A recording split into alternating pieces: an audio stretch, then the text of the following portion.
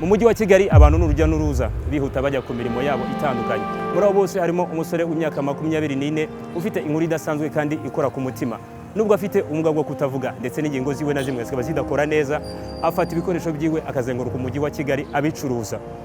Ushaka kwibaza ati ni gute abasha gucirikanya n'abakiriya afite ubumuga bwo kutavuga?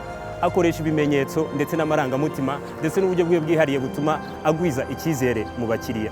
Uyu munsi turamusura tumenye inkuru yiwe idasanzwe ndetse n'uburyo abashiba ibintu byananiye n'abantu bazima bafite ingingo zishyitse n'ubwenge bushyitse. Tubaye ikaze, turi Bproud.